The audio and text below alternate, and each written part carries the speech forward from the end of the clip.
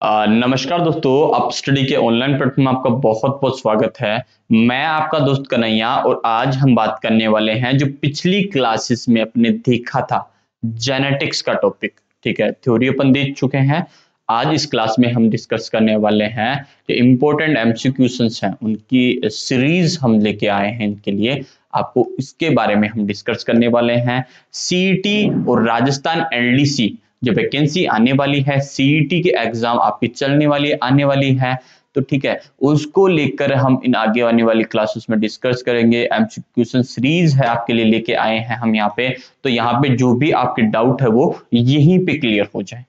ठीक है दोस्तों, स्टार्ट कर लेते हैं। अगर आपने पिछली क्लासेस नहीं देखी है तो साइंस की प्लेलिस्ट आपके लिए तैयार है, वहां जाके प्रॉपर आप क्लासेस ले सकते हो। उसमें भी मैंने क्लियर बता दिया गया है कि कौन कौन से इंपॉर्टेंट टॉपिक हैं। ठीक है, तो ध्यान रखिएगा, उनमें भी मैंने आपको बता दिया गया है कि इंपॉर्टेंट टॉपिक कौन कौन से हैं और उनके बारे में जो डिस्कस कर रहे हैं, तो उनके जो इंपॉर्टेंट क्वेश्चंस क्या क्या बनते हैं, कैसे क्वेश्चंस बनते हैं, वो इस क्लास में डिस्कस करने वाले हैं। ठीक है, स्टार्ट कर लेते। जो पहला क्वेश्चन क्या है, ठीक है, आनुवांशिकी जेनेटिक शब्द किसने दिया, जेनेटिक शब्द का प्रतिपादन किसने किया, ये भी आ सकता है। तो आपका जो माइंड है वो यहाँ क्वेश्चंस पे होना चाहिए। ठीक है, जब आप क्लास लेते हो, हमारा जो टीचिंग का, जो पढ़ाने का औचित्य तभी मिलेगा हमें और अच्छा तभी हमें लगेगा जब जो क्लास आप लेते हो उसमें 100% आप अपना देते हो। अगर 100% नहीं देते हो तो हमारा पढ़ाना भी व्यर्थ है आपको। ठीक है, तो आप अपना 100% दीजिएगा दोस्तों। ठीक है, स्टार्ट कर लेते हैं। आनुवांशिक शब्द जेनेटिक शब्द का प्रतिपादन किसने किया था, किसने दिया था, तो ए ऑप्शन मेंडल, मेंडल महाशय ने तो दिया ही नहीं।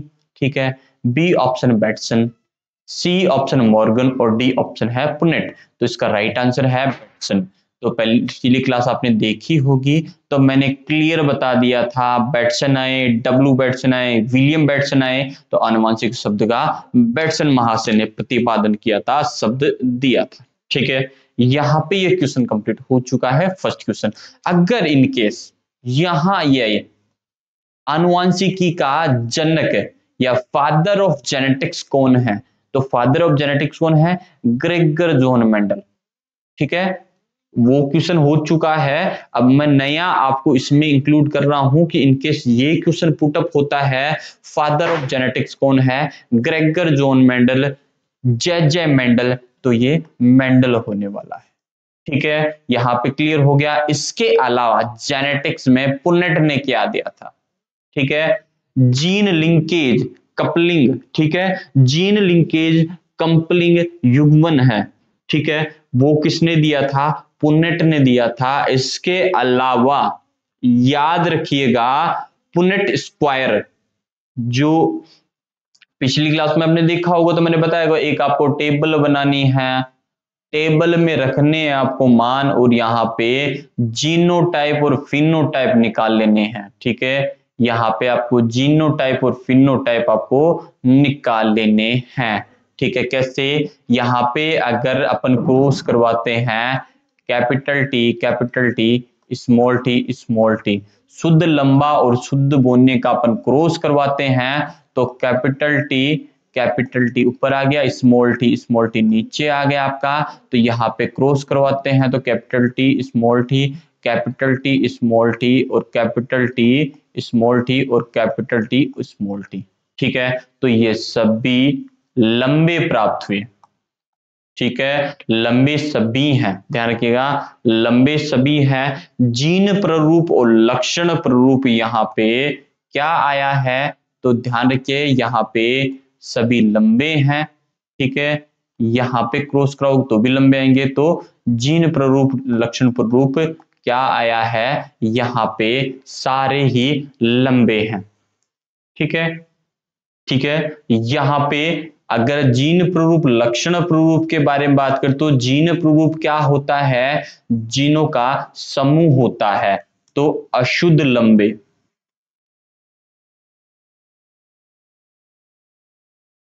ठीक है, क्यों अशुद्ध लंबे हैं? क्योंकि जितने भी जो एलिल बन रहे हैं, ये जोड़े बन रहे हैं, ठीक है, जो कारक फैक्टर बन रहे हैं, इसमें एक जो डिनोट करता है कैपिटल टी, वो लंबेपन को डिनोट करता है, लेकिन एक बोनेपन को डिनोट करता है। ठीक है, यहां पे आपका क्लियर हो गया। पुनेट स्क्वायर मॉडल किसने दिया था? पुनेट ने दिया था। ठीक है, आगे नेक्स्ट क्वेश्चन पे चर्चा कर लेते हैं। नेक्स्ट क्वेश्चन क्या बनने वाला है? मेंडल ने अपने प्रयोग किस पे किए थे? मेंडल ने अपने प्रयोग किस पौधे पे किया था? ठीक है, क्वेश्चन घुमाकर कैसे भी दे सकता है। ठीक है, तो याद रखिएगा, जो अपने देखा है, जो अपने पढ़ा है, उस पे ही फोकस रखना है आपको, अन्यथा कहीं से डाइवर्ट नहीं होना है। और ध्यान रखिए, जेनेटिक्स जो है वो काफी इजी है साइंस में। याद रखिएगा एक बात, अगर आपको ये इजी सब्जेक्ट में थोड़ा डाउट होता है तो नेक्स्ट क्लास से बहुत ही हार्ड होने वाली है दोस्तों। तो आपको ध्यान पूर्वक क्लासें ले लेनी है, उसके बाद में आपको अपनी जो नोट्स अच्छी तरह प्रिपेयर करने हैं। ठीक है, नोट्स अच्छी तरह प्रिपेयर कर लोगे तो आपको कहीं भी दिक्कत नहीं आने वाली है। मेंडल ने अपने प्रयोग किस पे किया? तो याद रखिएगा, मीठा मटर, जंगली मटर, उद्यान मटर, उपरोक्त सभी। तो इसका राइट आंसर है सी ऑप्शन, उद्यान मटर है। तो इसके अलावा ये आए, उद्यान मटर के अलावा किस पे अध्ययन किया? तो हेरेशियम हो गया। ठीक है, हेरेशियम पादप पे भी इन्होंने अध्ययन किया था। ठीक है, मेंडल ने, ठीक है, अपना प्रयोग किस पे किया था? उद्यान मटर के अलावा हेरेशियम पादप पे किया था। क्वेश्चन आ सकता है, आया हुआ है, ध्यान रखिएगा, आया हुआ है, याद रखिएगा, ये क्वेश्चन आया हुआ है। ठीक है, नेक्स्ट क्वेश्चन की तरफ चल लेते हैं अपन। ये थर्ड क्वेश्चन है, वंशागति या आनुवांशिकता भी आ सकता है। वंशागति या आनुवांशिकता एवं विभिन्नता का अध्ययन की शाखा में किया जाता है। तो राइट आंसर क्या होने वाला है? ऑप्शंस की तरफ चल लेते हैं। ए ऑप्शन आनुवांशिकी, B option geology, C option वानिकी और डी ऑप्शन उपरोक्त में से कोई नहीं। तो इसका राइट आंसर है ए ऑप्शन है। हेरिडिटी और वेरिएशन का अध्ययन किसमें किया जाता है? आनुवांशिकी में किया जाता है। तो जीव विज्ञान की वह शाखा जिसमें हेरिडिटी और वेरिएशन का अध्ययन किया जाता है, तो वो कोई आनुवांशिकी है। ध्यान रखिएगा, जीव विज्ञान की वह शाखा जिसमें सजीवों की हेरिडिटी, वंशागति और वेरिएशन का अध्ययन किया जाता है, वो आनुवंशिकी है। ठीक है, जियोलॉजी क्या है? भूविज्ञान है, ध्यान रखिएगा, भूविज्ञान। ठीक है, इसके वानिकी वन विज्ञान है। ठीक है, वन विज्ञान, तो याद रखिएगा। ठीक है, क्लियर हो गया आपका। नेक्स्ट क्वेश्चन की तरफ चल लेते हैं अपन। मटर की फली का हरा रंग कैसा लक्षण है? ठीक है, क्वेश्चन आपने पढ़ लिया। क्वेश्चन के बाद क्या रखते हैं? फली का हरा रंग। क्लास में पिछली क्लास जो हुई है हमारी थ्योरी क्लास, अगर आपने नहीं देखी है तो वो आज जाके देखिएगा, सब कुछ वहां से आपको क्लियर मिलेगा। यहां पे आप देखोगे तो 100% गारंटी के साथ मैं बोल सकता हूं, इतने फास्ट तरीके से आप आंसर देने वाले हो। ठीक है, यहां पे देख लेते हैं। ए ऑप्शन प्रभावी, बी ऑप्शन अप्रभावी, सी ऑप्शन है अपूर्ण प्रभावी और डी ऑप्शन है सह प्रभावी। ठीक है, क्यों, कौन सा है? डोमिनेंट, अनडोमिनेंट, कोडोमिनेंट। ठीक है, और अपूर्ण प्रभावी हो गया आपका कौन सा है? ध्यान रखिएगा, याद रखिएगा, अपूर्ण प्रभावी, सह प्रभावी, अप्रभावी और प्रभावी।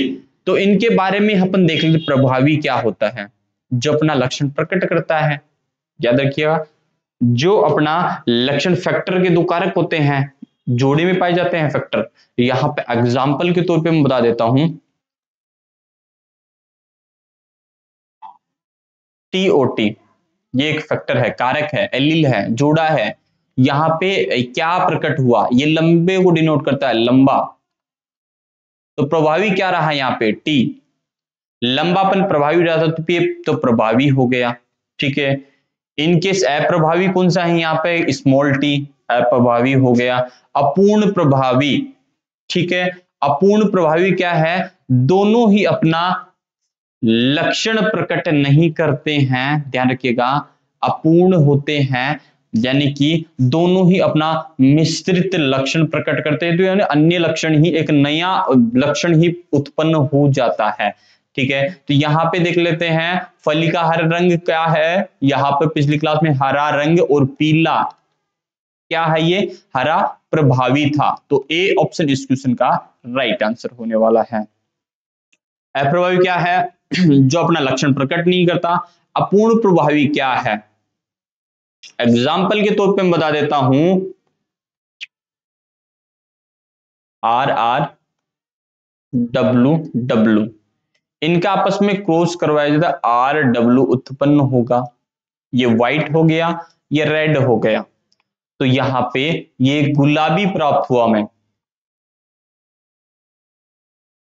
ठीक है, गुलाबी रंग प्राप्त हुआ, तो ये अपूर्ण प्रभावी हो गया। ठीक है, एक तरीके से मिश्रित हो गया। सह प्रभावी क्या है, आर आर और डब्ल्यू डब्ल्यू का ये क्रॉस करवाया गया, तो एक पुष्प से एग्जांपल ले लेते हैं, तो यहां पे ये रेड हो गया आपका।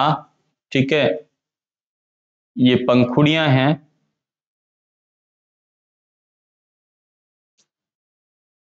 और यहां पे रेड भी पंखुड़ियां हैं, याद रखिएगा। तो ये दोनों क्या साथ में लक्षण उत्पन्न करते हैं, जो लक्षण हैं साथ में दिखते हैं, मतलब रेड और जो रेड है, रेड और व्हाइट का जो अगर संकरण करवाया जाता है, ठीक है, तो ये उत्पन्न होता है, तो ये सबसे प्रभावी हो गया, कोडोमिनेंट हो गया, दोनों साथ में लक्षण प्रकट करते हैं। नेक्स्ट क्वेश्चन की तरफ चल लेते हैं अपन। सामान्यतः किसी जीन के कितने युग्म विकल्पी होते हैं, ध्यान रखिएगा, किसी जीन के युग्म विकल्पी कितने होते हैं, लंबा और बोना है, तो इसके युग्म विकल्पी कितने होंगे, टी और टी स्मॉल टी, तो टी कैपिटल टी। ये हो गया आपका, क्या होगा, 4 नहीं होगा, 3 नहीं होगा, 2 ऑप्शन इसका राइट आंसर है, तो सी ऑप्शन इस क्वेश्चन का राइट आंसर है। नेक्स्ट क्वेश्चन की तरफ चल लेते हैं, यानी कि मैंने बता दिया था आपको कितने जोड़े होंगे, एक जोड़ी में कितने होंगे, 2 होंगे, ध्यान रखिएगा, 2 युग्म विकल्पी होंगे, ध्यान रखिएगा। नेक्स्ट क्वेश्चन की तरफ चल लेते हैं अपन। मेंडल ने कितने विपर्यासी लक्षणों पर युग्म अपने प्रयोगों में चुने थे, तो ध्यान रखिएगा कितनी जोड़े चुने थे, तो A option 34, B option 2, C option 12 और डी ऑप्शन 7 है। 7 जोड़ी विपर्यासी लक्षणों पे अध्ययन किया था, मटर के पौधे के, उद्यान मटर के पौधे के 7 जोड़ी विपर्यासी लक्षणों पे अध्ययन किया था। तो 7 जोड़ी विपर्यासी लक्षण कौन से थे, ध्यान रखिएगा, तने की लंबाई, पुष्प का रंग और स्थिति, ठीक है, फली का रंग और स्थिति, और बीज का रंग और आकार, ठीक है, 7 हो चुके हैं आपके। ये मेंडल के 7 जोड़ी विपर्यासी लक्षणों पे अध्ययन किया था। नेक्स्ट क्वेश्चन की तरफ चल लेते हैं। जब F1PD का संकरण किसी एक जनक से कराया जाता है, उसे क्या बोलते हैं, तो पिछली क्लास में अपन ने देख लिया था, वो अच्छी तरह मैंने बताया था आपको, जो भी डेफिनेशन बनती है बिल्कुल इजी तरीके से, ठीक है। यहां पे अपन बात कर लेते हैं व्युत्क्रम संकरण, रेसिप्रोकल संकरण है, ध्यान रखिएगा, रेसिप्रोकल संकरण यहां पे मैं बता देता हूं आपको। तो अगर किसी पुष्प या जोड़े का, मान के चलते हैं नर और मादा, नर और मादा, ये ए पुष्प है और ये बी पुष्प है। ए पुष्प के नर का संकरण किसे, मादा से करवा दिया जाए, बी पुष्प के नर का ए संकरण की मादा से करवा दिया जाए, तो ये रेसिप्रोकल क्रॉस हो गया, ठीक है, रेसिप्रोकल या व्युत्क्रम संकरण हो गया। तो यहां पे इसका तो बैठता ही नहीं कहीं पे, तो डेफिनेशन आपकी कंप्लीट हो गई। ए पुष्प का नर का बी पुष्प की मादा से संकरण क्रॉस करवा दिया जाए, बी पुष्प के नर का ए पुष्प की मादा से क्रॉस कर दिया जाए तो ये व्युत्क्रम रेसिप्रोकल संकरण हो गया। ठीक है, बी ऑप्शन की तरफ चल लेते हैं। बी ऑप्शन क्या है? टेस्ट क्रॉस है। टेस्ट क्रॉस क्या है? बैक क्रॉस, यानी कि F1PD का संकरण जनक से तो करवाया जाता है, लेकिन किससे करवाया जाता है? ये भी है ना, प्रभावी और अप्रभावी दो जनक होते हैं। अगर यहां पे एग्जाम्पल के तौर पे मान लेता हूं मैं, यहां पे ये क्या पैदा हुई? संतति पैदा हुई। ठीक है, ये जनक हो गया। या प्रभावी कौन है? कैपिटल टी है। अप्रभावी कौन है? स्मॉल टी है। तो यानी कि इसका क्रॉस इससे करवा दिया जाता है, तो ध्यान रखिएगा, इसका क्रॉस इससे करवा दिया जाता है तो वह अप्रभावी वाला, यानी कि F1PD का क्रॉस जब अप्रभावी जनक से करवा दिया जाता है तो वो टेस्ट क्रॉस होता है। याद रखिएगा, अप्रभावी यानी कि अप्रभावी, इतना ही याद रखिए, अप्रभावी जनक से क्या करवाया जाता है? क्रॉस करवाया जाता है। F1PD का जब संकरण अप्रभावी जनक से करवाया जाता है तो क्या हो गया? टेस्ट क्रॉस हो गया। ठीक है, संकर पूर्वज क्रॉस या बैक क्रॉस भी से बोल सकते हैं। यहां इन वर्डों से कंप्लीट हो जाता है, इतनी देखने की जरूरत नहीं है। यानी कि जब F1PD का क्रॉस जनक से करवाया जाता है, ठीक है, तो वो बैक क्रॉस हो गया। डेफिनेशन याद रखिएगा, यहां पे किसी भी प्रभावी और अप्रभावी का नाम नहीं दिया है, किसी भी जनक से करवाया जा सकता है, तो ये आपका संकर पूर्वज क्रॉस हो गया। तो ये आपका सी ऑप्शन में राइट आंसर है। ठीक है, यहां पे क्या बोलते हैं? संकर पूर्वज क्रॉस। ठीक है, ये सी ऑप्शन आपका राइट आंसर है। लेकिन यहां पे अप्रभावी और प्रभावी वाला चक्कर पड़ गया ना, कि संकर F1PD का जब क्रॉस करवाया जाता है, तो यानी कि दोस्तों यहां पे तो टेस्ट क्रॉस हो गया।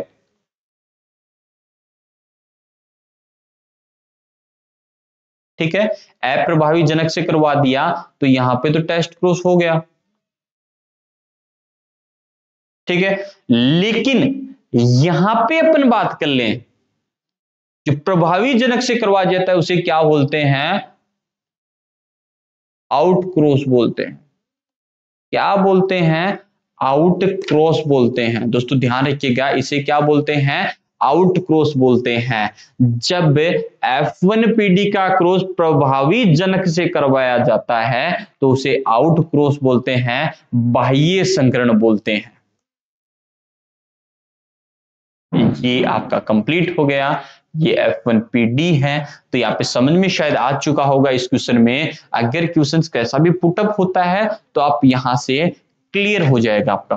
ठीक है, रेसिप्रोकल समझ में आ गया, टेस्ट क्रॉस समझ में आ गया आपको, आउट क्रॉस समझ में आ गया, संकर पूर्वज जो क्रॉस है बैक क्रॉस वो भी आपको समझ में आ गया होगा। ठीक है, यहाँ पे नेक्स्ट क्वेश्चन की तरफ चल लेते हैं अपन। 8 नंबर का क्वेश्चन है दोस्तों, यहां पे बात कर लेते हैं अनुपात क्या होने वाला है। संतति का अनुपात क्या होगा? ठीक है, संकरण T और T से प्राप्त संतति का अनुपात क्या होगा? यहां पे अपन क्रॉस करवा के देख लेते हैं। ये अपने टेबल बना ली है।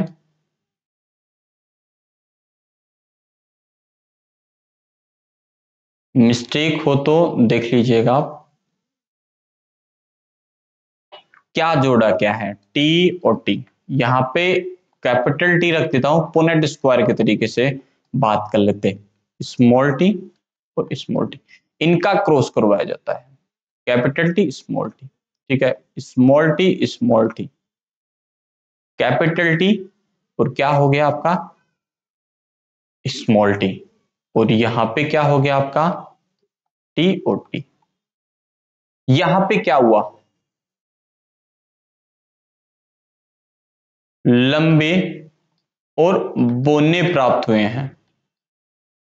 ये तो जीनोटाइप तो पूछ ही नहीं रहा ना, यहाँ पे कितने क्या हैं। यहाँ पे फिनोटाइप संतति क्या उत्पन्न हुई, यहाँ पे लंबे और बोने कितने प्राप्त हुए, तो यहाँ पे दो लंबे हैं और दो बोने हैं, ठीक है, 2:1 हो गया, 2:2 का देगा 1:1 का रेशियो हो गया, तो बी ऑप्शन इसका राइट आंसर है, ठीक है, ध्यान रखिएगा बी ऑप्शन इसका राइट आंसर है। क्लियर हो गया आपको? अगर इन केस, ठीक है, यहां पे ये पूछा जाता है जीनोटिपिक रेशियो क्या है, जीनोटिपिक रेशियो क्या होने वाला है, तो वो भी 2:2 ही होगा, ठीक है। यहां पे क्या हुआ, दो ये हैं और दो ये हैं इनके क्रॉस से। अब पुनेट स्क्वायर जो है टेबल का प्रयोग ले सकते हो, इतना हार्ड नहीं है और बहुत ही कम टाइम मिलने वाला है, तो इजीली तरीके से कर भी लोगे, तो आपका ये गलत भी नहीं होगा, ठीक है। नेक्स्ट क्वेश्चन की तरफ चल लेते हैं। मेंडल ने अपने प्रयोगों के लिए किस विपर्यासी लक्षण नहीं चुना था, तो मतलब आप सात जोड़ी विपर्यासी लक्षण है उनके बारे में आपको अभी पिछले क्वेश्चंस में भी बताया था, इस क्वेश्चंस में भी दोबारा रिपीट कर देता हूं। क्या क्या है, तने की लंबाई, ठीक है, पुष्प की स्थिति और पुष्प का कलर, फली की आकृति और फली का कलर, और बीज की आकृति और बीज का कलर। यहां पे देख लेते हैं क्या क्या लिया। ए ऑप्शन क्या है, जड़ का रंग नहीं लिया इन्होंने, पुष्प का रंग लिया था, बीज का रंग लिया था और फली का रंग लिया था, तो ए ऑप्शन यहां पे इसका राइट आंसर होने वाला। कैसे, अपनी विपर्यासी लक्षणों में नहीं चुना था, नहीं चुना था, वो कौन सा हो गया, ए ऑप्शन इस क्वेश्चन का राइट आंसर है। नेक्स्ट क्वेश्चन की तरफ चल लेते हैं अपन। नेक्स्ट क्वेश्चन क्या होने वाला है, एकल संकरण संकरण यानी कि मोनोहाइब्रिड, मोनोहाइब्रिड F1PD में कितने प्रकार के जीनोटाइप पाए जाते हैं, जीन समूह पाए जाते हैं, तो ध्यान रखिएगा जीनोटाइप कितने पाए जाते हैं, तो F1PD के जीनोटाइप कितने पाए जाते हैं, F1PD और F2PD दोनों की बात करेंगे अपन, कितने प्रकार के जीनोटाइप पाए जाते हैं, ठीक है, कितने प्रकार के पाए जाते हैं, तो यहां पे बात कर लेते हैं। शुद्ध लंबा, शुद्ध बोने का अपने क्रॉस करवाया, क्या प्राप्त हुए, सभी लंबे प्राप्त हुए, ठीक है, लेकिन इनका दोबारा से F1PD है इसका ही क्रॉस करवा दिया अपन ने। कैसे, यहां पे ये पुनेट स्क्वायर का टेबल में देख लेता हूं, यहां